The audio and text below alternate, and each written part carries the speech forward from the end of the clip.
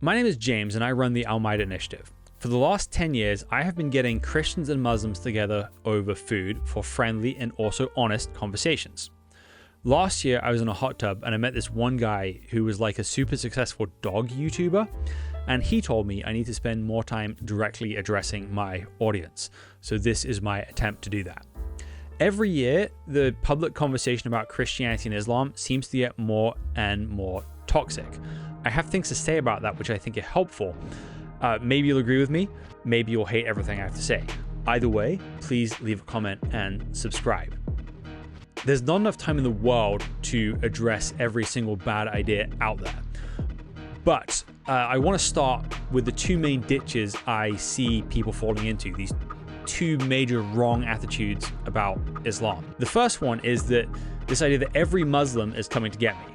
Derek from the YouTube comments says, Islam is the greatest threat to civilization on this earth and has always been so since its invention by the person who came to be known as Muhammad. And Christians should not be singing Kumbaya with Muslims, but should be focused on using polemics against Islam. This view is kind of like the starter Pokemon for the right. As some people grow, they add helpful nuance to this.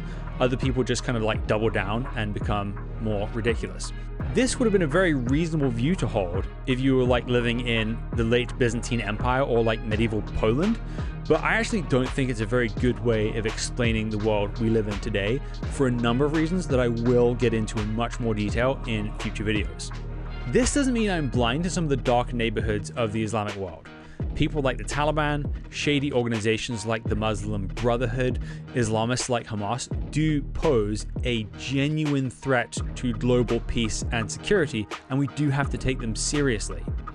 But no one is more aware of these nefarious forces than leaders of Muslim countries, and they are often the ones that crack down the hardest. Mohammed bin Zayed in the United Arab Emirates, Mohammed bin Salman in Saudi Arabia, King Abdullah II of Jordan have really been on the front line of trying to push back Muslim brands of extremism worldwide and have done great work in doing so. The second wrong attitude is this idea that Christianity and Islam basically teach the same thing. Therefore, what someone believes does not affect how they function in the world. The secular materialist worldview that has reigned supreme will look at Christianity and Islam and think the difference between them is an arbitrary choice like Star Trek or Star Wars.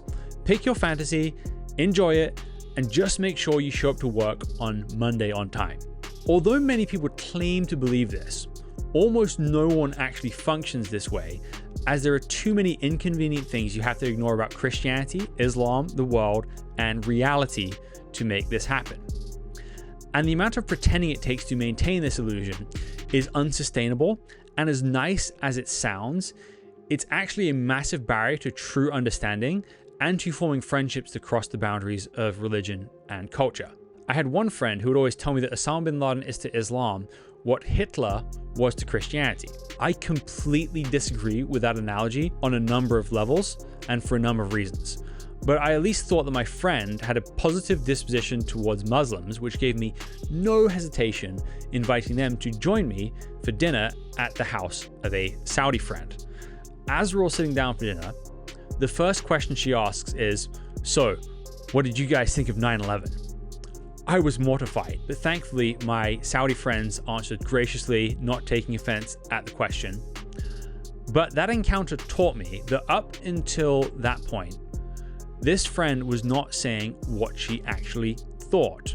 She was parroting what she thought a modern American woman was supposed to believe about Islam, all the time suppressing her honest questions about the world she lives in.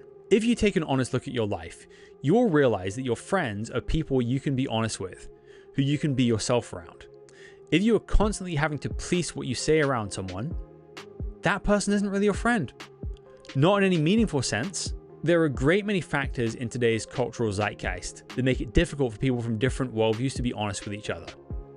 Part of the problem here is that as religion has become less central in Western civilization, the more politics has become like a religion for people, and this makes people tribal, meaning they simply say what they feel like they have to say in order to fit in with their group and prove they're not part of the other group. You know, those people, the bad ones. Tribalism goes back to the dawn of mankind. But Jesus demonstrated a life beyond tribalism. He was a Jew, and he wasn't afraid to criticize his own people.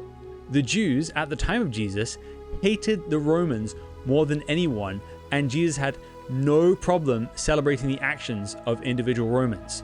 One time, a Roman centurion comes to Jesus and asks for help. And Jesus' reaction is to say, "Truly, I tell you, with no one in Israel have I found such faith.